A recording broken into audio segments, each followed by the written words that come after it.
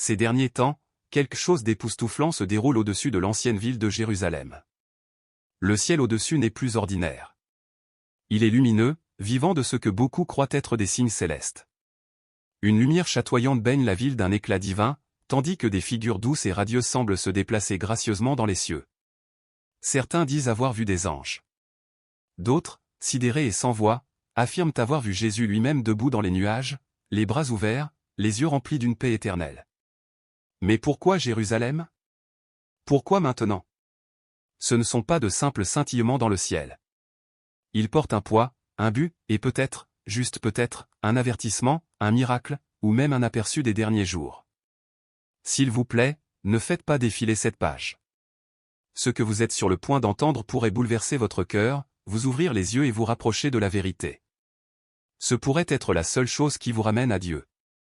Alors, partagez cette vidéo, abonnez-vous pour en voir plus, et restez avec nous car ce qui se passe à Jérusalem en ce moment pourrait bien être le début de quelque chose que le monde a attendu des milliers d'années de voir. Quelque chose s'est passé dans le ciel. Au cours des dernières semaines, des témoins oculaires à Jérusalem ont rapporté quelque chose d'extraordinaire. Alors que le soleil se couche sur les anciennes rues de pierre et que la teinte dorée du crépuscule enveloppe la ville, le ciel commence à changer. Une lueur lumineuse apparaît au-dessus de la ville. Cela commence subtilement, comme la douce lueur d'une bougie, mais s'intensifie rapidement. Puis viennent les formes, des formes gracieuses et lumineuses suspendues dans le ciel, se déplaçant avec détermination et élégance. Elles scintillent d'une lumière qui n'est pas de ce monde, rayonnant la paix, la puissance et un sentiment de crainte révérentielle indéniable. Des vidéos ont fait surface, montrant des groupes de figures brillantes, les ailes déployées, dérivant silencieusement à travers les cieux, au-dessus du mur des lamentations, au-dessus du dôme du rocher, au-dessus du cœur de Jérusalem. Les gens en dessous s'arrêtent net. Certains tombent à genoux. D'autres pleurent ouvertement, les yeux levés vers le spectacle miraculeux. Pèlerins, touristes et habitants, divisés par la langue, le milieu et les croyances, sont soudainement unis par ce qu'ils voient. Et au centre de tout cela, certains affirment avoir vu la figure incontestable de Jésus. Pas une peinture, pas une statue. Une présence réelle dans le ciel, brillant de compassion, vêtu de blanc éclatant, les bras tendus comme s'il invitait le monde à sa paix. À côté de lui, des êtres lumineux que beaucoup croient être des anges montent la garde. Leurs visages sont sereins. Leur présence est indéniablement sainte. Cela se passe maintenant. Jérusalem, une ville qui a été au carrefour de la foi, de la guerre, de la prophétie et de la promesse pendant des milliers d'années, est à nouveau sous les projecteurs. Mais cette fois, il ne s'agit pas de politique ou de conflit. Il s'agit du ciel qui descend sur la terre. Quelque chose de sacré est en train de se produire. Quelque chose qui nous appelle à lever les yeux, à réfléchir et à nous demander, qu'est-ce que Dieu essaie de nous dire? Des sons terrifiants venant du ciel. Non seulement cela, mais les humains ont également entendu des sons étranges résonner dans le ciel. Les gens sont devenus extrêmement confus et effrayés parce qu'ils ne savaient pas à quelle terrible chose ils faisaient face. Tout ce qu'ils peuvent faire, c'est partager constamment leur peur et prier pour une explication claire. Lorsque vous regardez la vidéo, écoutons attentivement. Au-delà des chants d'oiseaux, vous pouvez entendre le même bourdonnement en arrière-plan. Ce son est si bas qu'il est presque inaudible, mais super constant. Habituellement, le soir après 20 heures, les habitants de cette région entendaient un très faible bourdonnement qui arrivait par vagues. Certains disent qu'ils peuvent entendre le bourdonnement depuis une maison du comté de North-Saint-Louis. Les autorités régionales ont mené des vérifications autour de la zone pour trouver la source de ce son mystérieux. Lorsque les gens entendaient le bourdonnement, ils étaient certainement un peu effrayés et cherchaient une sorte d'explication pour ce son mystérieux.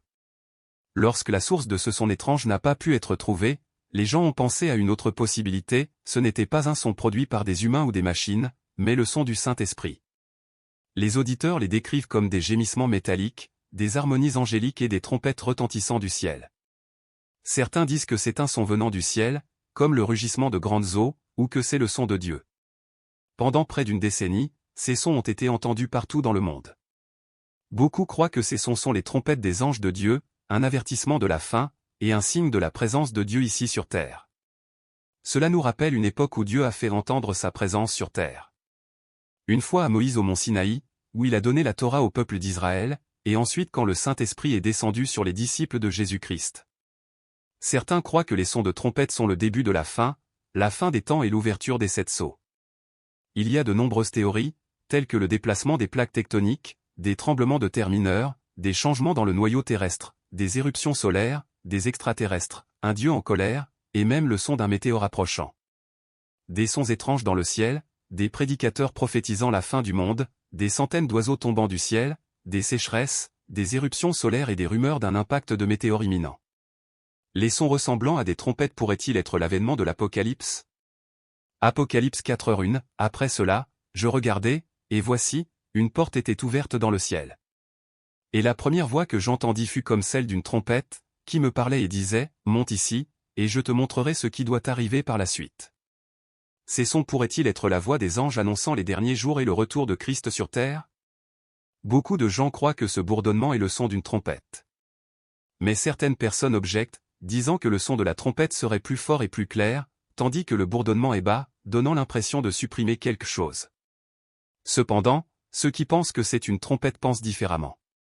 Ils disent que même si ce son n'est pas clairement celui d'une trompette, puisque vous ne pouvez pas l'entendre clairement, comment savez-vous que ce n'est pas le son d'une trompette? Peut-être nous le fait-il entendre sous une forme différente. Si c'est vraiment le son d'une trompette, alors il est très probable que ce soit un signe des derniers jours. Les explications les plus probables pour les trompettes célestes, bibliquement parlant, seraient qu'elles sont soit naturelles, soit d'origine humaine. Que ces sons non identifiés soient l'œuvre de farceurs, l'effet de changement dans le champ magnétique de notre planète, ou la preuve d'un sinistre complot mondial, le fait est que nous ne savons tout simplement pas. Personne ne sait avec certitude quel rôle, le cas échéant, les trompettes célestes auront dans les temps de la fin. Nous savons ceci.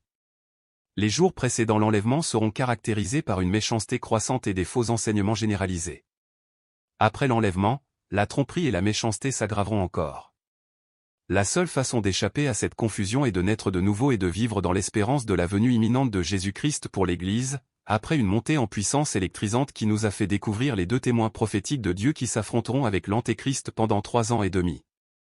Apocalypse 11, 15-19 sonne finalement le 7e et dernier jugement par la trompette et le 3e malheur. Ce qui suit, cependant, n'est pas un acte ou un événement de jugement immédiat, mais une annonce culminante concernant le résultat et la signification de ce jugement. Tout comme le jugement du 7e sceau a dévoilé les 7 jugements par la trompette, le jugement de la 7e trompette dévoile les 7 jugements des coupes d'une manière similaire. Examinons les coulisses, au sens spirituel, entre Dieu, Satan et d'autres personnages et facteurs clés à travers l'histoire, menant au moment culminant à la fin de la tribulation. Les résultats de la 7e trompette, les 7 jugements des coupes eux-mêmes, seront révélés. Pourquoi l'apôtre Jean met-il autant de temps à passer de la description des jugements des trompettes du milieu à la description des jugements des coupes finales? La réponse n'est pas nécessairement qu'il y aura une longue pause entre ces 2 séries de jugements. Au lieu de cela, nous devons nous concentrer sur la gravité et le sérieux de ce qui est sur le point de se produire. Il y a un sens très réel dans lequel ce moment, c'est-à-dire la fin de la tribulation, est le grand moment vers lequel toute l'histoire et les plans rédempteurs de Dieu ont progressé. Pour cette raison, ce moment mérite un rythme plus lent et une vue magnifiée sous plusieurs angles. Il mérite d'être lu d'une dimension céleste, terrestre, historique et spirituelle en utilisant des méthodes à la fois littérales et allégoriques pour un plus grand effet. Avant d'examiner cette prochaine interruption, examinons d'abord l'annonce du jugement de la 7e trompette. Des voix fortes dans le ciel annoncent des nouvelles encourageantes. Puis le 7e ange sonna, ce qui reprend la description de Jean des 7 jugements par la trompette d'Apocalypse 9. Il a décrit le 6e jugement par la trompette en Apocalypse 9h13. Et il y eut de fortes voix dans le ciel, ce qui contraste nettement avec la demi-heure de silence dans le ciel lorsque le 7e sceau fut ouvert. Jean ne nous dit pas de qui étaient ces voix, mais on peut dire sans risque de se tromper que c'étaient les voix de tous ceux qu'il nous a déjà présentés avant que le 7e sceau ne soit brisé. Si c'étaient les voix que Jean entendait, cela aurait été un bruit fort à la place. Ces voix fortes ont crié. Alors le 7e ange sonna, et il y eut de grandes voix dans le ciel, disant, « Les royaumes de ce monde sont devenus les royaumes de notre Seigneur et de son Christ, et il régnera pour toujours et à jamais. » Jean a probablement entendu cette annonce triomphale à plusieurs reprises, comme lorsqu'une foule scande lors d'un événement sportif, et non comme lorsqu'une chorale donne un éclat unique et répété. Cette déclaration annonce le triomphe final du Père et du Fils. C'est par Christ, d'abord le Messie souffrant et l'agneau, et maintenant le Messie conquérant, ce qui signifie révélation et le lion, que le Père établit son autorité pleine et finale sur les royaumes unis de ce monde. Nous devons comprendre, sont devenus, comme se référant à ce qui est sur le point de se produire à ce moment-là, pas nécessairement à ce qui s'est déjà produit avec les 7 jugements des coupes qui sont sur le point de se produire. Christ fera ce qu'il semblait avoir commencé lors de son entrée triomphale à Jérusalem avant sa crucifixion, lorsqu'il est entré dans la ville comme s'il était sur le point d'être couronné roi d'Israël. Cela ne s'est pas produit, bien sûr, puisqu'il a été crucifié à la place. À ce moment futur, cependant, lorsque la 7e trompette retentira, il viendra prendre sa place légitime sur le trône de David sur les royaumes du monde entier, et personne ne l'arrêtera, même s'ils tenteront de le faire. Ce qui est encore plus encourageant, c'est qu'il ne prendra pas seulement pleine autorité sur tous les royaumes terrestres, mais qu'il le fera pour toujours. Une fois qu'il commencera à régner, il ne renoncera jamais à son pouvoir. Il régnera ou sera roi pour toujours. Jésus vient à Jérusalem. Sa venue cette fois ne sera pas difficile à discerner. Elle sera soudaine et pour beaucoup inattendue. Le retour de Jésus ne sera pas secret. C'est une bonne raison de surveiller les événements à Jérusalem. Jésus a dit, veillez. Le retour triomphal de Jésus aura lieu pendant une période de guerre, la grande bataille finale d'Armageddon. Selon 1 Thessaloniciens 4, nous serons enlevés pour rencontrer le Seigneur. Et soit à ce moment-là, soit plus tard, Jésus reviendra sur un cheval blanc, comme nous le lirons dans l'Apocalypse. La première fois qu'il est entré à Jérusalem, entre toutes choses, Jésus est entré sur un âne. Ce n'est pas la façon typique dont on pourrait s'attendre à ce qu'un roi entre sur son territoire, n'est-ce pas?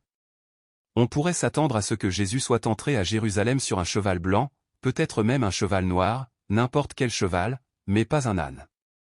Mais il avait été prophétisé par Zacharie, environ 500 ans avant que Jésus ne le fasse, que le Messie entrerait à Jérusalem sur un âne. On peut le trouver dans Zacharie 9h9, « Réjouis-toi avec transport, fille de Sion. Pousse des cris de joie, fille de Jérusalem. Voici, ton roi vient à toi, il est juste et victorieux, humble et monté sur un ânon, le petit d'une ânesse. » Jésus utilise ce moment pour dire aux habitants de Jérusalem quelque chose sans utiliser de mots, qu'il accomplit la prophétie de Zacharie, qu'ils auraient probablement connue. Par conséquent, Jésus se déclare lui-même Messie. Il accepte ce rôle et son destin, tout comme il l'a fait de nouveau dans le jardin de Gethsémane. Il dit au peuple qu'il n'est pas le roi guerrier qu'ils attendaient qu'il soit et pour lequel ils le traitaient. Monter un âne était un symbole de paix. Monter un cheval était le symbole de la guerre. Un cheval blanc était spécifiquement un symbole de triomphe. Et les gens ont étendu devant lui les rameaux de palmier parce que les rameaux de palmier étaient traditionnellement utilisés pour tracer un chemin pour l'entrée d'un roi guerrier. Et agiter des rameaux de palmier était un signe de réjouissance. Ainsi, tandis que les gens disaient une chose, qui ils percevaient Jésus être, Jésus disait autre chose. Il leur disait en fait, juste devant eux, qui il était et n'était pas vraiment. Jésus nous dit exactement qui il est, juste devant nous. Cela me rappelle l'histoire de Lazare et du riche. Rappelez-vous ce qu'Abraham a dit à Lazare dans l'histoire. Il lui dit, s'ils n'écoutent pas Moïse et les prophètes, ils ne seront pas convaincus même si quelqu'un ressuscite des morts. C'était une déclaration prophétique que Jésus a faite sur lui-même. Certaines personnes n'ont pas écouté même après qu'il soit ressuscité des morts, juste devant elles. Maintenant, c'est devenu l'exact opposé de ce que les habitants de Jérusalem pensaient il y a 2000 ans. Ils voulaient un sauveur guerrier. Mais aujourd'hui, les gens ne veulent pas, ne ressentent pas le besoin, ni même ne savent ce qu'est un sauveur. Je repense parfois à l'époque où Evelyne était petite et où nous disions nos prières du soir, et je demandais qu'elle vienne à connaître Jésus comme son Seigneur et Sauveur. Les nations ont divisé la terre de Dieu. Cela se passe maintenant. Les gouvernements font pression sur Israël pour qu'il fasse la paix en échangeant des parcelles de la terre promise. La vallée de Josaphat et la vallée du Cédron, qui se situe entre le mont du Temple de Jérusalem et le mont des Oliviers. La vallée descend vers la mer Morte. Après tout, Dieu se montrera fidèle avec les événements finaux à Jérusalem. Dieu est digne de confiance parce qu'il n'abandonnera pas Israël, même s'ils lui ont résisté. Nous avons l'assurance de notre salut. Il est temps de sa venue. Tout d'abord, et le plus important, être prêt à rencontrer le Seigneur signifie que vous avez assuré votre relation avec Jésus-Christ et que vous ne faites confiance qu'à lui pour vous sauver, pas à quelqu'un ou à quelque chose d'autre, et certainement pas à de bonnes œuvres que vous auriez faites. Disons, je suis prêt à rencontrer Dieu face à face ce soir, car tous mes péchés sont couverts par le sang rédempteur. Romains 10h9 dit, si tu confesses de ta bouche le Seigneur Jésus, et si tu crois dans ton cœur que Dieu l'a ressuscité des morts, tu seras sauvé. Et en Jean 5h24, Jésus nous dit, en vérité, je vous le dis, celui qui écoute ma parole et croit en celui qui m'a envoyé à la vie éternelle et ne vient point en jugement, mais il est passé de la mort à la vie. Une fois que vous avez accepté Christ comme votre Seigneur et Sauveur, être prêt à rencontrer le Seigneur signifie vivre d'une manière qui lui plaît. De sorte que, chaque fois qu'il vous rappelle à la maison, et sachant que cela peut être à tout moment, vous puissiez l'entendre dire « Bien fait, bon et fidèle serviteur ». Tous les croyants en Christ rendront compte de leur vie à leur Seigneur. Même si Christ ne revient pas avant 200 ans, nous le rencontrerons à notre mort, que ce soit dans 20 ans, 20 mois ou 20 minutes. Dieu nous encourage à ne pas être surpris de la prochaine venue de notre rendez-vous pour nous tenir devant lui. Si nous sommes prêts à rencontrer Christ, nous désirons son retour. Si nous ne sommes pas prêts, nous le redouterons. Si nous ne nous sentons pas prêts à le rencontrer, c'est le moment de se préparer. Nous saurons exactement comment nous aurions dû vivre. Mais nous ne pouvons pas revivre notre vie ici. Il n'y a pas de reprise du cours une fois que nous l'avons échoué. Il n'y a pas d'amélioration d'un dé en A. Pas de report des examens finaux. La mort est la date limite. Il n'y a pas de prolongation. La bonne nouvelle est que nous n'avons pas à attendre de mourir pour savoir comment nous devrions vivre. Dieu nous a donné sa parole pour nous dire comment vivre et son esprit qui habite en nous pour nous donner la puissance de vivre comme nous le devrions. Sa puissance divine nous a donné tout ce dont nous avons besoin pour une vie pieuse par notre connaissance de celui qui nous a appelés par sa propre gloire et sa bonté. Chaque jour que Dieu nous donne est une occasion de vivre pour Christ. Alors, que nous soyons à la maison ou à l'extérieur, nous nous efforçons de lui plaire. Si nous sommes ses enfants, Dieu est pour nous, pas contre nous. Il nous a assuré que nos noms sont écrits dans le livre de vie et que nous ne ferons pas face au grand jugement du trône blanc. Il veut nous féliciter et nous récompenser au tribunal de Christ. Il ne veut pas que les œuvres de notre vie partent en fumée. Il veut que nous ayons des récompenses éternelles, et il nous a donné toutes les ressources en Christ pour vivre la vie pieuse qui aboutira à ces récompenses éternelles. Voici, je viens bientôt, et ma récompense est avec moi, pour rendre à chacun selon ce qu'il aura fait. Pierre dit, car si vous faites ces choses, vous ne tomberez jamais, et ainsi vous sera largement accordé l'entrée dans le royaume éternel de notre Seigneur et Sauveur Jésus-Christ. Quel puissant encouragement pour les saints qui se sacrifient dans cette vie pour se préparer à la prochaine. Au ciel, un grand comité d'accueil les attend et un chaleureux « bien fait ». Mais ce n'est pas automatique. La condition, si alors, indique clairement que si nous ne faisons pas ce que Pierre a prescrit, alors nous ne recevrons pas ce riche accueil lorsque nous entrerons au ciel. Puissions-nous être les esclaves prudents et fidèles qui sont fidèles au Seigneur et prudents envers les saints alors que nous servons le Seigneur et servons les saints. Le Seigneur a dit qu'il vient rapidement, mais nous pourrions penser que 2000 ans se sont écoulés et qu'il n'est pas là. Alors, nous avons le temps d'aimer le monde. Oui, le Seigneur n'est pas encore là, mais sa venue est imminente. Ce qui est nécessaire n'est pas seulement que la situation extérieure soit préparée, mais encore plus que nous, son peuple, soyons préparés. La venue du Seigneur dépend de nous. Oui, certaines choses doivent se produire dans la situation mondiale. Mais il retarde sa venue parce que son épouse n'est pas encore préparée. Si nous sommes de ceux qui disent en leur cœur que leur maître tarde, nous aimons le siècle présent et n'aimons pas l'apparition du Seigneur. Que le Seigneur nous préserve d'être de cela. Puissions-nous venir au Seigneur dans sa parole chaque jour pour jouir de lui, participer à ses richesses et être remplis de lui. Puissions-nous prendre la venue du Seigneur comme un avertissement, un encouragement et une incitation afin que nous puissions courir la course chrétienne et vivre la vie chrétienne en ayant la venue du Seigneur en vue. Et puissions-nous servir le Seigneur et les saints avec diligence, étant fidèles au Seigneur et prudents envers les gens pour manifester Christ à ceux qui nous entourent au moment opportun. Que le Seigneur nous préserve d'être un mauvais serviteur qui maltraite ses compagnons croyants. Au lieu de les condamner ou de les juger lorsque nous voyons quelque chose de pécheur ou une faiblesse, nous devrions prier pour eux et demander au Seigneur de leur donner la vie. Au lieu de critiquer les autres à cause de leur situation ou de leurs conditions, nous devrions être bons et au cœur tendre, leur pardonnant comme Dieu en Christ nous a pardonné.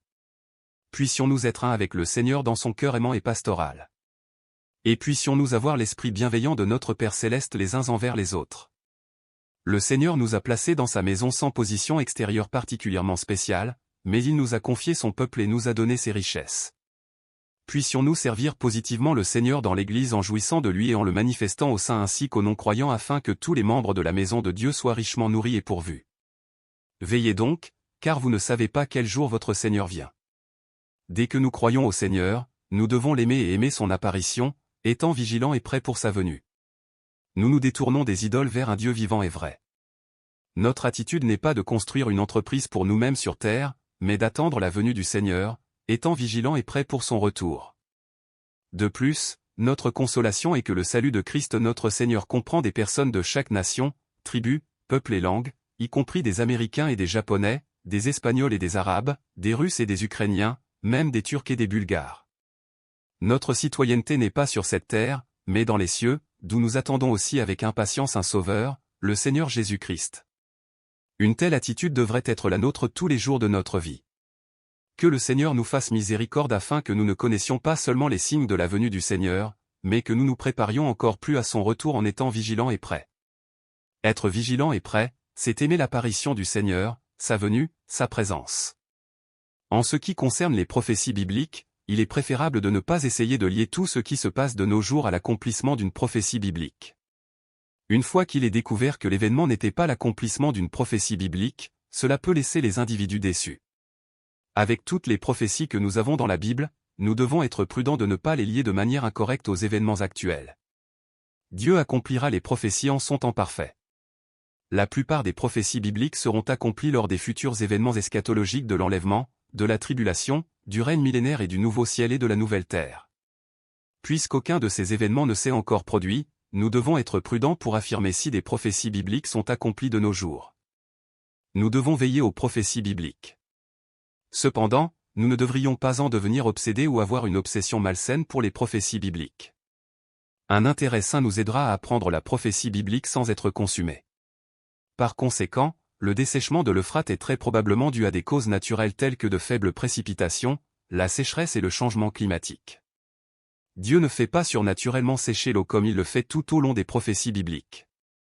Au contraire, le dessèchement du fleuve Euphrate est dû à des causes naturelles. Nous devons faire tout ce que nous pouvons pour aider ceux qui souffrent de cette sécheresse et leur fournir de l'eau douce et de la nourriture. Même si ce n'est pas une prophétie biblique qui s'accomplit, c'est néanmoins important et ceux qui souffrent de la sécheresse ont besoin de notre aide. En plus de prendre des mesures concrètes et de comprendre la prophétie biblique, nous devons également prier pour ceux qui sont touchés par la sécheresse et le manque d'eau. Dieu entendra vos prières et il répondra conformément à sa volonté. Cette sécheresse pourrait durer quelques années, ou elle pourrait durer plus longtemps. Il est préférable que nous gardions l'Asie occidentale dans nos prières et que nous prions pour que le fleuve Euphrate redevienne un havre d'eau douce et de vie. Nous devons également chérir la présence actuelle du Seigneur aujourd'hui. La venue du Seigneur est de plus en plus proche de nous, et il reviendra très bientôt. Nous devons non seulement savoir ce qui se passera dans la situation mondiale au moment du retour du Seigneur, mais encore plus être vigilants et prêts pour la venue du Seigneur en l'aimant et en aimant son apparition. Nous ne devrions pas penser que, puisque nous sommes clairs sur les signes de la venue du Seigneur, nous pouvons maintenant nous détendre et aimer le Seigneur, puis plus tard nous rechercherons le Seigneur lorsque les 7 dernières années de ce siècle viendront. Au contraire, nous devrions aimer le Seigneur aujourd'hui et aimer sa présence. Si nous n'avons pas une telle attitude, nous devons vérifier auprès du Seigneur. Car nous pourrions aimer le siècle présent, de sorte que l'amour pour le Seigneur n'est pas en nous. Puissions-nous être les serviteurs fidèles et prudents qui aiment le Seigneur et aiment son apparition, en prenant soin de la présence fraîche du Seigneur chaque jour. Tant que nous avons aujourd'hui, nous devrions aimer le Seigneur et son apparition. Nous devrions attendre sa venue et prendre sa venue comme un avertissement, un encouragement et une incitation. La venue du Seigneur est une incitation et un encouragement pour nous. Et c'est aussi un avertissement, car nous devons être vigilants et prêts pour la venue du Seigneur. La venue du Seigneur ne sera pas celle du berger ou du sauveur, mais celle du juge des vivants et des morts. C'est un avertissement pour nous. L'apparition du Seigneur avec son jugement est un avertissement pour nous. Sa venue est d'apporter le jugement selon les choses que nous avons faites sur la terre.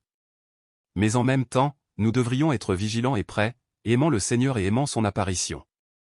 Une façon d'être vigilant et prêt est de proclamer la parole à temps et à contre-temps.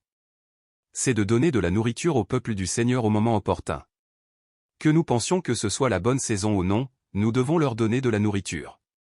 Si les gens nous accueillent, c'est à temps. Mais s'ils nous rejettent, c'est à contre-temps. À la fois à temps et à contre-temps, nous devons leur annoncer la parole. De nombreuses occasions se présentent à nous lorsque nous rencontrons des gens, allons travailler, voyageons et faisons des choses. Nous rencontrons des gens, et le Seigneur veut couler à travers nous vers eux. Lorsque nous allons visiter les nouveaux dans leur foyer, nous devons apporter de la nourriture pour les nourrir spirituellement. Cependant, il arrive qu'il soit occupé ou annule la rencontre au dernier moment. Que ce soit à temps ou à contre-temps, nous devons leur donner de la nourriture. Premièrement, nous devons être vigilants, et ensuite nous devons être prêts à veiller. Nous ne devons ni dormir ni être somnolents. Nous ne devons pas non plus nous laisser abrutir par l'ennemi de Dieu, mais être vigilants et prêts pour la venue du Seigneur. De nombreux chrétiens d'aujourd'hui reçoivent et savourent l'évangile édulcoré et sont ainsi abrutis, car ils veulent entendre parler de prospérité et d'aller au ciel, mais n'écoutent pas les avertissements de la parole de Dieu. Puissions-nous nous lever et nous réveiller, et être délivrés de tout ce qui nous abrutit. Puissions-nous nous préparer quotidiennement dans la vie et être prêts pour la venue du Seigneur. Quand il reviendra, il réglera les comptes avec nous. Cette question des comptes n'est pas une affaire d'un jour. Nous construisons notre compte avec le Seigneur jour après jour. En étant fidèles dans le service du Seigneur et prudents envers les saints, en étant fidèles dans la gestion des dons que le Seigneur nous a donnés, nous serons récompensés par lui à son retour. Puissions-nous nous préparer quotidiennement, remplir notre registre et exercer nos talents, le don que le Seigneur nous a donné pour lui faire gagner des intérêts. Puissions-nous être vigilants et prêts pour la venue du Seigneur, nous préparant et craignant le retour du Seigneur, car il viendra avec jugement. Si nous vivons quotidiennement à la lumière du retour du Seigneur en l'aimant et en aimant son apparition, quand il reviendra, nous n'aurons aucune crainte, car nous saurons que sa récompense vient avec lui. Comment pouvons-nous être vigilants et prêts pour la venue du Seigneur?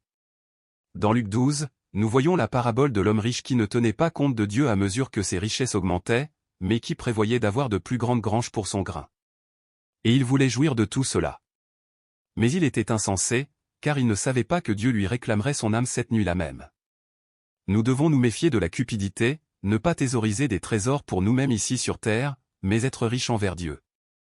Que le Seigneur nous fasse connaître notre fin et nous fasse réaliser à quel point nous sommes éphémères. Et puissions-nous être vigilants et prêts pour la venue du Seigneur. Nos jours sont comme de simples paumes de main. Nous ne sommes pas ici pour thésauriser des richesses pour nous-mêmes, mais pour être riches envers Dieu. De plus, nous devons nous souvenir de la femme de Lot. Elle aimait ce siècle mauvais et se tourna pour voir ce qui lui arrivait. Ainsi, elle se transforma en colonne de sel. Puissions-nous ne pas aimer ni chérir le monde mauvais que Dieu va juger et détruire entièrement. Il détruira ce monde avec toutes ces choses. Si nous aimons le siècle présent, nous subirons un châtiment dispensationnel. Mais si nous aimons le Seigneur et son apparition, nous serons récompensés par lui à son retour. Luc 14 dit que lorsque le sel devient insipide, il est inutile. Il ne convient ni pour le tas de fumier, le monde, ni pour la terre de la ferme, l'Église. Et il sera jeté au feu, le lac de feu, la plus grande poubelle de l'univers.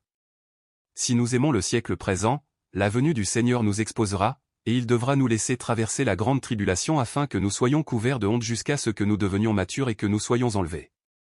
Puissions-nous être vigilants et prêts pour le retour du Seigneur, n'aimant pas le siècle présent, ni jetant un regard persistant sur les choses du monde.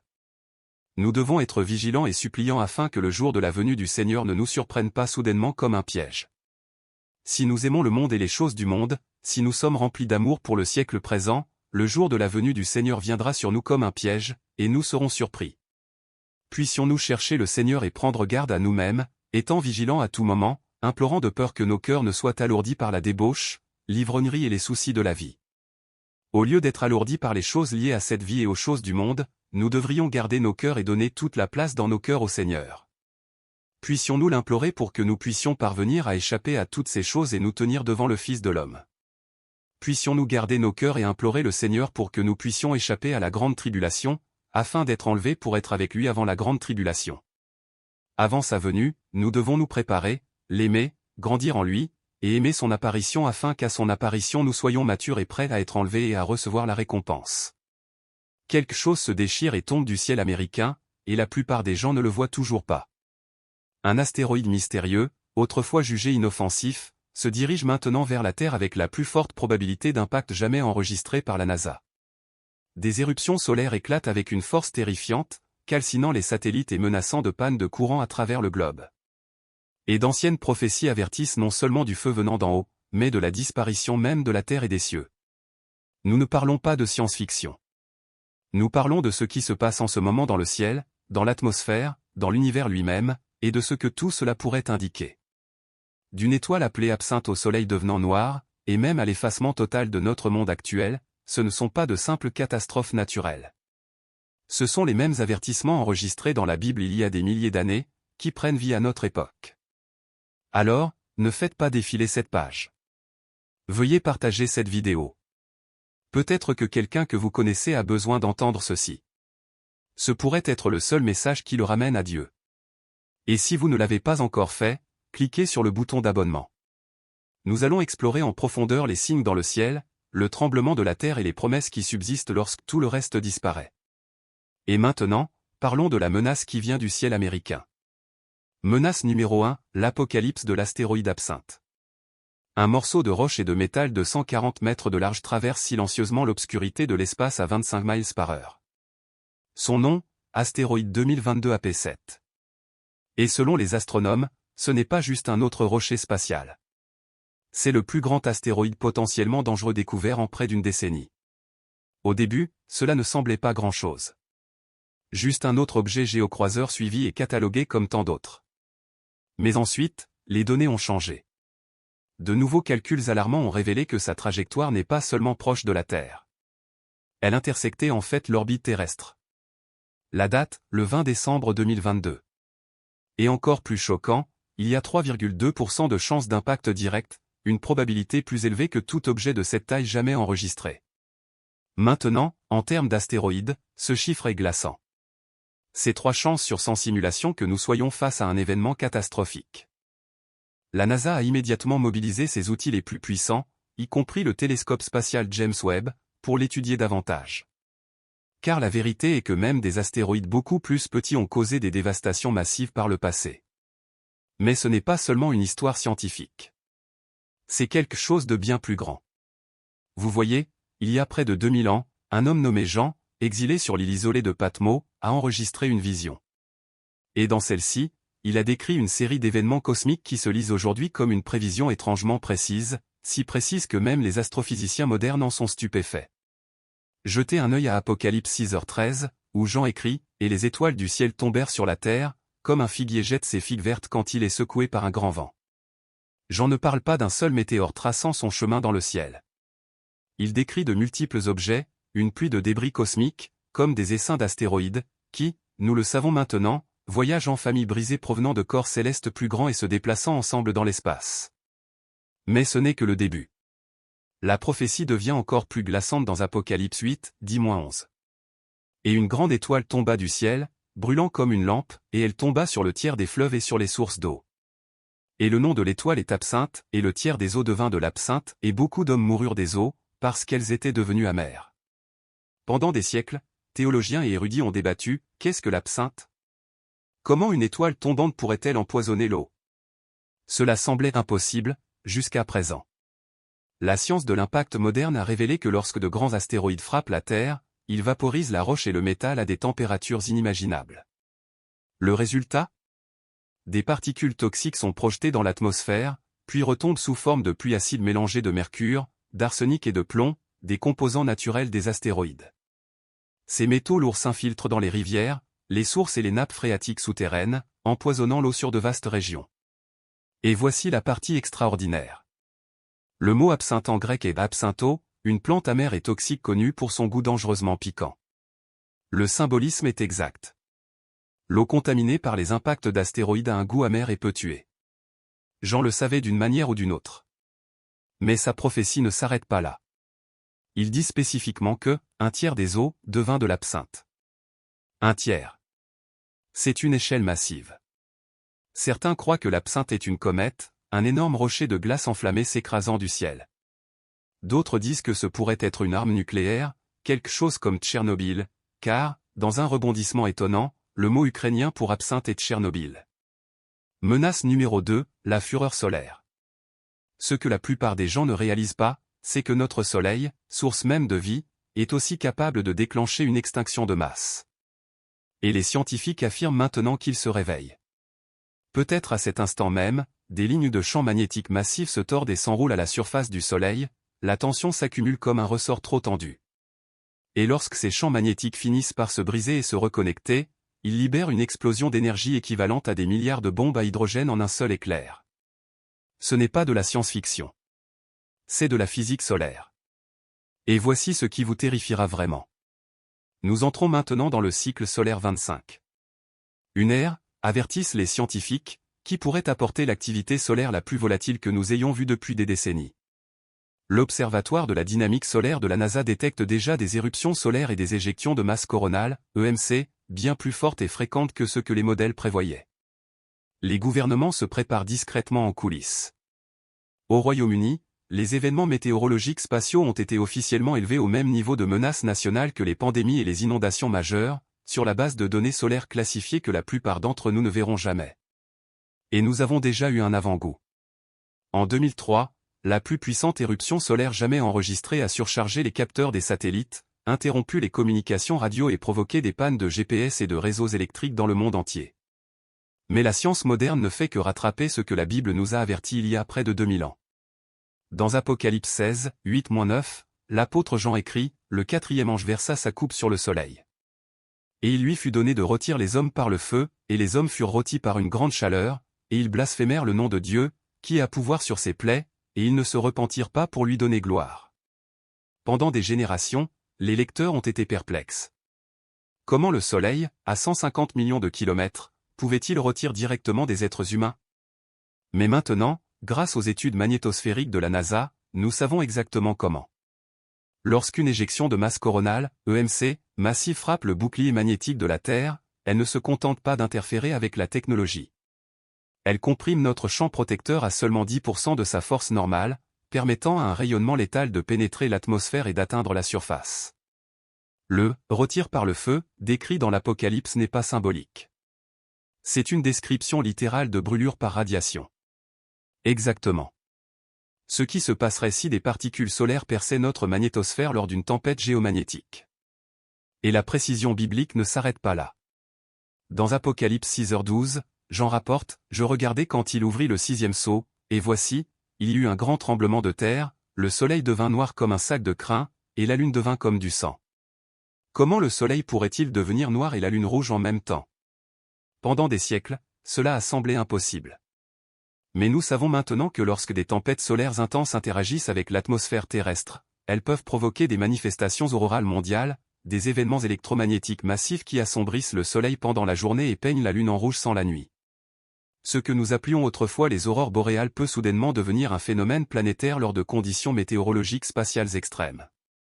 Et l'Écriture n'a pas seulement décrit l'apparence, elle a aussi eu la séquence correcte. Dans Joël 2, 30-31, le prophète écrit, « Le soleil se changera en ténèbres et la lune en sang, avant que n'arrive le jour grand et terrible de l'Éternel. » D'abord l'obscurité, puis la lune rouge, puis le jugement. C'est l'ordre que les physiciens solaires confirment maintenant lors des événements majeurs de EMC. Comment les anciens prophètes pouvaient-ils connaître ce schéma avec une telle précision scientifique des siècles avant même l'existence des télescopes? Et les signes ne s'arrêtent pas dans le ciel. Luc 21h25 ajoute une autre couche glaçante, il y aura des signes dans le soleil, dans la lune et dans les étoiles, et sur la terre, une angoisse des nations dans la perplexité, la mer et les vagues mugissant. Vous vous demandez peut-être, quel est le rapport entre les tempêtes solaires et l'océan? Eh bien, des études récentes ont montré qu'une activité solaire intense altère les courants océaniques et provoque un échauffement souterrain, ce qui à son tour produit des schémas de vagues inhabituels, des perturbations des marées et même des déferlements semblables à des tsunamis. En d'autres termes, le mugissement de la mer n'est peut-être pas seulement poétique, il pourrait être le résultat physique du chaos électromagnétique. Mais tout cela pointe vers quelque chose d'encore plus grand que ce que la science peut expliquer. Ce que vous voyez dans le ciel n'est que le premier avertissement. Selon l'Apocalypse, après les signes viennent les secousses, les tremblements de terre, les ténèbres, la terreur. Apocalypse 6 dit que les gens fuiront vers les montagnes, suppliant les rochers de tomber sur eux. Pourquoi? Parce qu'ils réalisent enfin que la lune de sang n'est pas une coïncidence cosmique. C'est un compte à rebours. La Bible a dit qu'il y aurait des signes dans le soleil, la lune et les étoiles. La science nous dit quand, mais la prophétie nous dit pourquoi. Dans Joël 2 et Apocalypse 6, la lune de sang ne marque pas la fin du monde. Elle marque le début du retour de Christ. Joël 2h31 déclare, « Le soleil se changera en ténèbres et la lune en sang, avant que n'arrive le jour grand et terrible de l'Éternel. » Apocalypse 6h17 poursuit, « Car le grand jour de sa colère est venu, et qui pourra subsister? Regardez autour de vous. Les signes sont déjà là. Guerre et bruit de guerre, tremblements de terre en de nombreux endroits, famine, maladie, Israël qui ressuscite, le mal étant appelé bien, et le bien étant moqué comme mal. Tout pointe vers une seule vérité. Jésus revient. Et les cieux sonnent la première alarme. La lune de sang n'est pas le final. C'est la sirène avant la tempête. Menace numéro 3, le ciel et la terre périront. Aussi terrifiant que soit l'absinthe, aussi inarrêtable que semble la fureur solaire, il y a une vérité qui les éclipse toutes. Ce monde n'est pas permanent. Ni le ciel au-dessus, ni le sol sous nos pieds, ni même le soleil, la lune ou les étoiles. Tout ce que vous connaissez, est en train de disparaître. Et il y a près de 2000 ans, l'apôtre Jean a vu tout cela se dérouler. Dans sa vision enregistrée dans Apocalypse 21h01, il n'a pas seulement vu la destruction. Il a vu la transformation. Puis je vis un nouveau ciel et une nouvelle terre. Car le premier ciel et la première terre avaient disparu, et il n'y avait plus de mer. Jean ne décrivait pas une métaphore. Il décrivait un remplacement complet de la réalité elle-même. Un nouveau monde, un monde sans guerre, sans péché, sans mort ni désespoir. Un monde où Dieu vit à nouveau avec son peuple. Mais pour faire place au nouveau, l'ancien doit disparaître. Le ciel et la terre ne dureront pas éternellement. La Bible est claire. Psaume 102, 26 déclare, « Eux périront, mais toi tu subsisteras, ils vieilliront tous comme un vêtement, comme un habit tu les changeras, et ils disparaîtront. » Tout comme une chemise s'use et finit par être jetée, de même ce monde, aussi solide qu'il puisse paraître aujourd'hui. Jésus lui-même l'a affirmé dans Matthieu 24h35, « Le ciel et la terre passeront, mais mes paroles ne passeront point. » Cela signifie que ses promesses durent plus longtemps que les planètes. Sa vérité demeure lorsque l'univers s'effondre. Tout le reste peut s'effacer, mais pas sa parole. En fait, Jésus est allé encore plus loin dans Matthieu 5h18, car, en vérité, je vous le dis, tant que le ciel et la terre ne passeront point, il ne disparaîtra pas de la loi un seul iota ou un seul trait de lettre, jusqu'à ce que tout soit accompli. Il ne nous avertissait pas seulement d'un effondrement physique. Il nous rappelait que le plan de Dieu est précis et inébranlable, jusqu'à la dernière lettre. Alors, quand cet effondrement cosmique aura-t-il lieu?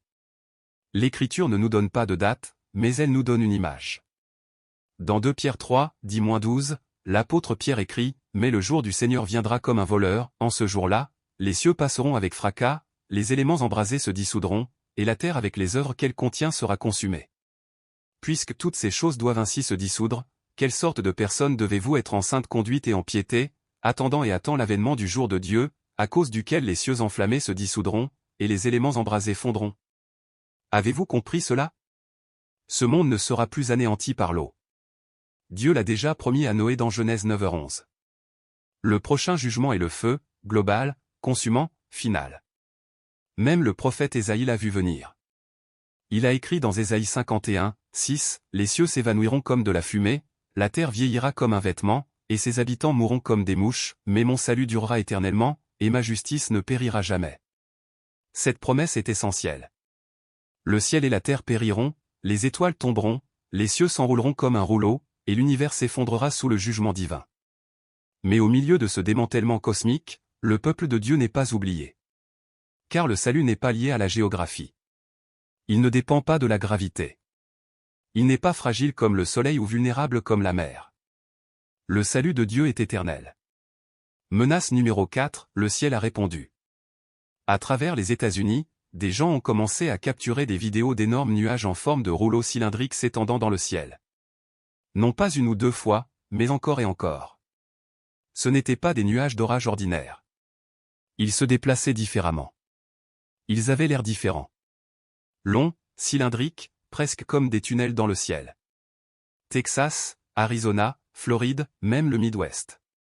Ils sont apparus, ont plané et ont disparu, laissant les gens sans voix. Les experts météorologiques ont essayé de les expliquer, cisaillement du vent, changement de température, schémas atmosphériques rares. Mais les gens qui se tenaient en dessous n'ont pas ressenti la science à ce moment-là. Ils ont ressenti quelque chose de spirituel, quelque chose de biblique. Joël 2h30 dit, « Je ferai paraître des prodiges dans les cieux et sur la terre, du sang, du feu et des colonnes de fumée. » Ces nuages ressemblaient exactement à des colonnes de fumée roulant à travers les cieux, silencieuses, majestueuses, terrifiantes. Certains ont vu des formes angéliques se former dans les nuages. D'autres ont dit qu'ils ressentaient une charge dans l'air, comme si le ciel était vivant et observait. Lorsque des événements étranges ont commencé à se dérouler, les gens se sont demandé, est-ce que quelque chose de similaire est déjà arrivé? La réponse nous ramène des milliers d'années en arrière, vers deux des régions les plus spirituellement significatives de l'histoire humaine, l'Égypte et Israël. À propos des sons mystérieux du ciel. Dans Exode 19h16, les Israélites se sont rassemblés au mont Sinaï. Ce qu'ils ont vécu n'était ni calme ni subtil. Le troisième jour au matin, il y eut des tonnerres, des éclairs, et une épaisse nuée sur la montagne, le son de la trompette retentit avec une extrême force, et tout le peuple qui était dans le camp trembla. Le son de la trompette ne venait pas d'instruments humains. Il était surnaturel. Il devenait de plus en plus fort jusqu'à ce que Dieu lui-même parle. Beaucoup croient que c'était un signe de sa sainte présence descendant sur le peuple. Maintenant, en Amérique, des témoins dans plusieurs villes rapportent des sons forts semblables à des trompettes sans aucune source, pas de concert, pas d'exercice militaire, juste des explosions qui secouent le ciel, déclenchant les alarmes de voitures et faisant vibrer les fenêtres. Est-il possible que ce qui s'est passé au Sinaï résonne à nouveau? Pendant l'Exode, Dieu a utilisé des formations nuageuses pour guider son peuple. Le jour, l'Éternel allait devant eux dans une colonne de nuée pour les guider dans leur chemin, ce nuage n'était pas aléatoire. Il avait une forme. Il avait un but. Il se déplaçait avec une intention divine. Maintenant, dans le ciel au-dessus du Texas, de l'Arizona et de la Floride, les gens sont témoins de nuages cylindriques s'étendant sur des kilomètres, roulant comme des parchemins ou des tunnels à travers les cieux. Beaucoup les décrivent comme ayant une quiétude étrange, un sens du but, presque comme s'ils étaient dirigés. Est-il possible que ces formations modernes soient destinées non pas à la navigation, mais comme des avertissements, un signe que Dieu est à nouveau en mouvement, appelant les gens à revenir à lui? Menace numéro 5, des bruits terrifiants venus du ciel. Non seulement cela, mais les humains ont aussi entendu cet étrange bruit résonner dans le ciel. Les gens sont devenus extrêmement confus et effrayés parce qu'ils ne savaient pas à quelle terrible chose ils faisaient face. Tout ce qu'ils peuvent faire, c'est constamment partager leur peur et prier pour une explication claire. Lorsque vous regardez la vidéo, écoutons attentivement. Au-delà des chants d'oiseaux, vous pouvez entendre le même bourdonnement en arrière-plan. Ce son est si bas qu'il est presque inaudible, mais extrêmement régulier. Habituellement, le soir après 20 heures, les habitants de cette région entendaient un très faible bourdonnement qui arrivait par vagues. Certains disent qu'ils peuvent entendre le bourdonnement depuis une maison du comté de North-Saint-Louis. Les autorités régionales ont mené des vérifications autour de la zone pour trouver la source de ce son mystérieux. Lorsque les gens entendaient le bourdonnement, ils étaient certainement un peu affolés et cherchaient une sorte d'explication pour ce son mystérieux. Lorsque la source de ce son étrange n'a pas pu être trouvée, les gens ont pensé à une autre possibilité. Ce n'était pas un son produit par des humains ou des machines, mais le son du Saint-Esprit. Les auditeurs les décrivent comme des gémissements métalliques, des harmonies angéliques et des trompettes retentissant du ciel. Certains disent que c'est un son venant du ciel, comme le rugissement de grandes eaux, ou que c'est le son de Dieu. Pendant près d'une décennie, ces sons ont été entendus partout dans le monde. Beaucoup croient que ces sons sont les trompettes des anges de Dieu, un avertissement de la fin, et un signe de la présence de Dieu ici sur terre. Cela nous rappelle une époque où Dieu a fait entendre sa présence sur terre. Une fois à Moïse au mont Sinaï, où il a donné la Torah au peuple d'Israël, et ensuite quand le Saint-Esprit est descendu sur les disciples de Jésus-Christ. Certains croient que les sons de trompette sont le début de la fin des temps et l'ouverture des 7 sceaux. Il y a de nombreuses théories, telles que le déplacement des plaques tectoniques, des tremblements de terre mineurs, des changements dans le noyau terrestre, des éruptions solaires, des extraterrestres, un dieu en colère, et même le son d'un météore approchant. Des sons étranges dans le ciel, des prédicateurs prophétisant la fin du monde, des centaines d'oiseaux tombant du ciel, des sécheresses, des éruptions solaires et des rumeurs d'un impact de météore imminent. Les sons ressemblant à des trompettes pourraient-ils être l'avènement de l'Apocalypse? Apocalypse 4h1, après cela, je regardai, et voici, une porte était ouverte dans le ciel. Et la première voix que j'entendis fut comme celle d'une trompette, qui me parlait et disait, « Monte ici, et je te montrerai ce qui doit arriver par la suite. » Ces sons pourraient-ils être la voix des anges annonçant les derniers jours et le retour de Christ sur terre? Beaucoup de gens croient que ce bourdonnement est le son d'une trompette. Mais certaines personnes objectent, disant que le son de la trompette serait plus fort et plus clair, tandis que le bourdonnement est bas, donnant l'impression de supprimer quelque chose. Cependant, ceux qui pensent que c'est une trompette pensent différemment. Ils disent que même si ce son n'est pas clairement celui d'une trompette, puisque vous ne pouvez pas l'entendre clairement, comment savez-vous que ce n'est pas le son d'une trompette? Peut-être nous le fait-il entendre sous une forme différente. Si c'est vraiment le son d'une trompette, alors il est très probable que ce soit un signe des derniers jours. Les explications les plus probables pour les trompettes célestes, bibliquement parlant, seraient qu'elles sont soit naturelles, soit d'origine humaine. Que ces sons non identifiés soient l'œuvre de farceurs, l'effet de changement dans le champ magnétique de notre planète, ou la preuve d'un sinistre complot mondial, le fait est que nous ne savons tout simplement pas. Personne ne sait avec certitude quel rôle, le cas échéant, les trompettes célestes auront dans les temps de la fin. Nous savons ceci. Les jours précédant l'enlèvement seront caractérisés par une méchanceté croissante et des faux enseignements généralisés. Après l'enlèvement, la tromperie et la méchanceté s'aggraveront encore. La seule façon d'échapper à cette confusion est de naître de nouveau et de vivre dans l'espérance de la venue imminente de Jésus-Christ pour l'Église. Sommes-nous en train de vivre le chapitre final? À quel point sommes-nous proches de ce moment tant attendu, le retour de Jésus-Christ? Pour être clair, personne ne connaît le jour exact ni l'heure. Jésus lui-même a dit dans Matthieu 24h36, « Pour ce qui est du jour et de l'heure, personne ne les connaît, ni les anges des cieux, ni le Fils, mais le Père seul. » Mais il ne nous a pas non plus laissés dans l'ignorance. Dans ce même chapitre, Jésus a dit à ses disciples de veiller aux signes, de prêter attention aux douleurs de l'enfantement, ces tremblements croissants dans la nature, la société et le cœur humain qui signaleraient que son retour est proche. Tout comme les douleurs du travail avant une naissance, plus nous nous approchons, plus les signes deviendront fréquents et intenses. Maintenant, pensez à ce que nous voyons aujourd'hui. Des anomalies célestes et des sons semblables à des trompettes que la science ne peut expliquer. Des tremblements de terre dans des endroits où le sol bouge rarement. Des découvertes mystérieuses pointant vers d'anciennes vérités cachées. Une confusion spirituelle, un effondrement moral et une profonde division dans le monde entier. Et par-dessus tout, un sentiment croissant d'urgence dans le cœur des croyants que quelque chose est en train de changer.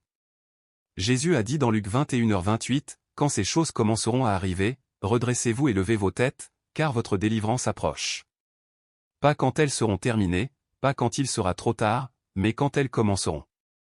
Et c'est ce qui rend ce moment si critique, car ces choses ont commencé tout autour de nous. Nous n'avons pas la promesse de demain. Nous ne sommes pas garantis de plus de temps pour tout comprendre. Mais il nous est donné ce moment précis pour nous réveiller, pour revenir à Dieu et pour préparer nos cœurs. Le retour de Christ n'est pas seulement un événement dramatique sur un calendrier prophétique. C'est l'accomplissement d'une promesse. C'est le moment où la douleur cède la place à la paix. Lorsque les ténèbres sont vaincues par la lumière. Lorsque tout genou fléchit et que toute langue confesse que Jésus est Seigneur. Alors, à quel point sommes-nous proches? Seul Dieu connaît le moment exact. Mais quand vous regardez les signes, quand vous écoutez ce que la terre et les cieux déclarent, il est clair que nous sommes plus proches que jamais et peut-être, juste peut-être, plus proches que nous le pensons. Évidemment, lorsque le Seigneur envoie un messager pour préparer le chemin devant lui, ce messager ne peut être qu'un prophète. Quand il vint au méridien des temps, le Seigneur envoya Jean-Baptiste. Et Jésus témoigna qu'il n'y avait pas de plus grand prophète en Israël que Jean-Baptiste. Nous vivons au jour de la préparation. Et le Seigneur a envoyé son messager pour préparer le chemin. Et il lui a donné les clés pour organiser son Église et son royaume et pour établir le saint sacerdoce et le pouvoir de l'apostolat tel qu'il existait dans l'Église au premier jour. Puis il y a les paroles de Paul. Il a dit que le Seigneur a révélé le mystère de sa volonté, afin qu'à la dispensation de la plénitude des temps, et nous vivons dans cette dispensation, il puisse réunir toutes choses en Christ, celles qui sont dans les cieux et celles qui sont sur la terre. N'est-ce pas quelque chose à méditer quand vous entendez que le Seigneur révélera le mystère de sa volonté et que le mystère de sa volonté a été révélé à ses prophètes modernes de nos jours? Et nous avons des vérités qu'aucune autre Église dans ce monde ne connaît. Nous sommes la seule Église au monde qui a un programme pour unir tout ce qui est dans le royaume des cieux avec le royaume de Dieu ici sur cette terre, en attendant les scènes finales du dénouement où tous les royaumes de ce monde et du monde à venir seront sous la supervision de notre grand roi, le Sauveur du monde. Eh bien, ce ne sont que quelques petites choses qui doivent être faites. Maintenant, il y a beaucoup d'autres prophéties annonçant sa seconde venue. Le retour de Christ. Que signifie le retour de Christ pour le croyant? Il devrait générer un espoir et une confiance exaltants, car nous connaissons la fin de l'histoire et nous savons qui gagne. Il devrait également produire un grand désir d'être trouvé fidèle lorsque Christ reviendra et une grande passion pour la mission, car nous comprenons les conséquences pour ceux qui ne croient pas. Lors de la dernière soirée de Jésus avec ses disciples, il leur dit de ne pas laisser leur cœur se troubler, car il allait partir préparer une place pour eux. Il promit qu'il reviendrait. Les chrétiens croient que l'histoire travaille sans relâche et inexorablement vers la consommation des desseins éternels de Dieu. Ces desseins seront accomplis lors du retour glorieux et triomphal du Seigneur Jésus-Christ ressuscité. Quand Jésus est entré pour la première fois à Jérusalem, il est venu humblement sur un âne et en pleurs. Quand Christ reviendra, ce ne sera pas en pleurs, mais comme un guerrier triomphal à la tête des armées de Dieu pour accomplir les desseins de Dieu.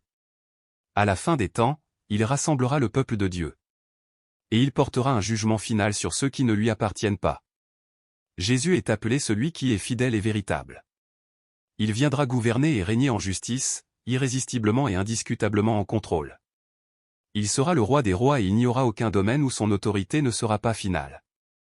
Jésus, la parole de Dieu, est aussi devenu l'agneau de Dieu.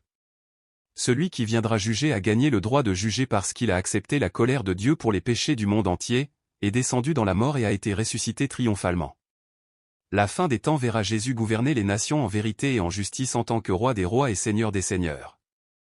Il y a une image dans Apocalypse 19 de l'après-bataille et de la victoire sur les ennemis de Dieu. On l'appelle le grand souper de Dieu. Les noces de l'agneau y sont mises en contraste. L'épouse de Christ et l'église de Christ et à la fin des temps, elle partagera le souper des noces de l'agneau. Le jour du Seigneur est entièrement consacré au jugement et à la bénédiction, et nous devons voir les deux en équilibre afin d'avoir une image complète du retour de Christ. Celui qui s'oppose au dessein de Dieu est Satan. Il sera lié pour 1000 ans, relâché pour séduire les nations, puis finalement jugé à la fin des temps. La Bible se réfère à cette période comme la seconde venue et le grand jugement du trône blanc. Cela inclura toute la création. Le grand jugement du trône blanc est une pensée impressionnante et terrifiante. Les livres seront ouverts et nous serons jugés sur la base de la justice de Dieu.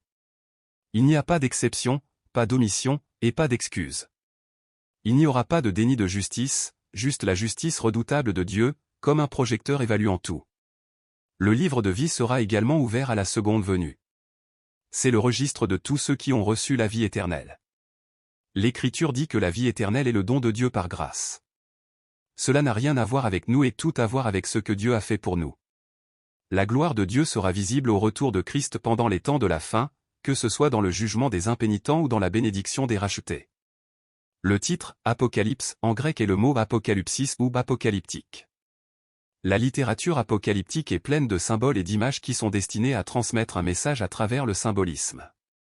Par conséquent, le livre de l'Apocalypse dans la Bible est une littérature apocalyptique qui est symbolique et nécessite à la fois une étude attentive et une interprétation prudente. L'apôtre Jean a une vision alors qu'il est en exil à Patmos pour le témoignage de Jésus. Il reçoit l'instruction de prendre des notes précises et d'envoyer ce qu'il apprend aux églises des provinces romaines d'Asie mineure, aujourd'hui la Turquie occidentale. Ces églises étaient en difficulté à cette époque. Jean écrit pour les encourager à rester fermes afin qu'au lieu d'être submergées, elles soient une communauté victorieuse. Alors, que se passe-t-il à la fin des temps? Êtes-vous intéressé par un récit de témoins oculaires du ciel et des choses à venir? Trop souvent, les gens hésitent devant le livre de l'Apocalypse parce qu'il est mystérieux et que certaines parties sont difficiles à comprendre. Il est vrai que l'Apocalypse est fortement chargé d'images symboliques. Cependant, il y a beaucoup de choses dans ce livre prophétique dont vous pouvez être sûr. À commencer par le fait que la lutte entre le bien et le mal n'est pas nouvelle, mais qu'elle sera finalement jugée, et vous pouvez rester ferme en sachant que Dieu met en œuvre son plan cosmique et est l'autorité suprême sur tout. Quand Christ reviendra-t-il? Croyez-vous vraiment que Jésus est le chemin, la vérité et la vie? Le monde vous dira le contraire, qu'il existe des alternatives à Jésus, au salut et au ciel. Que la foi en Jésus est impopulaire et une idée démodée. Mais ne vous y trompez pas. La Bible dit avec emphase que tout genou fléchira lorsque Jésus reviendra. Tout genou, sceptique, roi, président, chaque personne verra la majesté de Jésus et le reconnaîtra comme le Seigneur de tout. C'est la vérité et c'est une image incroyable. La question suivante évidente est, quand reviendra-t-il? Seul Dieu le Père le sait, mais soyez assurés qu'il revient. Et si vous avez une relation avec lui, ce sera un jour glorieux. La Bible nous dit qu'après que tout soit détruit, Dieu va créer un nouveau ciel et une nouvelle terre. Ce nouveau ciel et cette nouvelle terre dureront éternellement. L'état éternel est ce que les théologiens appellent le nouveau ciel et la nouvelle terre. Dieu ne détruira jamais le nouveau ciel et la nouvelle terre car ils seront parfaitement parfaits, sans péché et saints. Seuls ceux qui sont inscrits dans le livre de vie de l'agneau pourront vivre dans le nouveau ciel et la nouvelle terre. Pour être inscrit dans le livre de vie de l'agneau, il faut avoir accepté Christ pendant sa vie en plaçant sa foi en sa mort, son ensevelissement et sa résurrection. Les personnes qui n'ont pas placé leur foi en Jésus seront jetées dans le lac de feu avec Satan, l'Antéchrist et la bête après le règne millénaire de Christ. La fin du monde est un événement futur, mais il est préférable que tous se préparent. La meilleure façon de se préparer à la fin du monde n'est pas de stocker de la nourriture, de l'eau ou des ressources. Au contraire, la meilleure façon de se préparer à la fin du monde est de placer sa foi en Jésus et de l'accepter comme son Seigneur et Sauveur. L'Évangile est ce que Dieu nous a donné à croire. C'est tellement libérateur parce que vous avez l'Évangile. Vous n'avez pas besoin de chercher ailleurs. Vous n'avez besoin de rien de plus. Vous pouvez croire en Dieu sans le voir. La foi vient de ce qu'on entend et ceux qui entendent et croient seront bénis. Grandir dans la foi et vivre une vie de foi est également basé sur l'expérience personnelle et l'expérience des autres. Espérons que, tout au long de la vie, nous verrons notre foi s'accroître pour approfondir notre connaissance de Dieu. Nous nous mettons en position de grandir. Nous prions. Nous lisons les Écritures. Nous adorons. Nous nous confessons. Nous allons en retraite. Et nous servons les autres. Et nous grandissons aussi à travers l'expérience des autres. Nous lisons les vies des saints. Nous trouvons d'autres personnes de foi pour nous encourager lorsque notre foi est mise à l'épreuve. Nous trouvons d'autres modèles à qui nous pouvons nous référer pour l'inspiration. La foi est un choix quotidien. Vous devez choisir de vivre une vie de foi chaque jour. Et avec la foi vient le choix d'être plein d'espoir et le choix d'avoir une conviction concernant cet espoir. En effet, la foi en Dieu demande un certain courage pour faire confiance à ce que nous ne pouvons pas pleinement voir ou pleinement comprendre. Pourtant, si nous avons assez de foi pour nous marier, faire des études, faire carrière et tant d'autres choses que nous ne comprenons pas pleinement ou dont nous ne savons pas comment elles se dérouleront, alors pourquoi ne pouvons-nous pas avoir la foi pour entrer en relation avec Dieu? J'ai entendu dire qu'il faut plus de foi pour ne pas croire que pour croire. Je ne sais pas si c'est vrai parce que je crois. J'espère qu'ensemble nous pourrons grandir dans notre foi. J'espère que ces messages vous encouragent. Vos prières m'encouragent.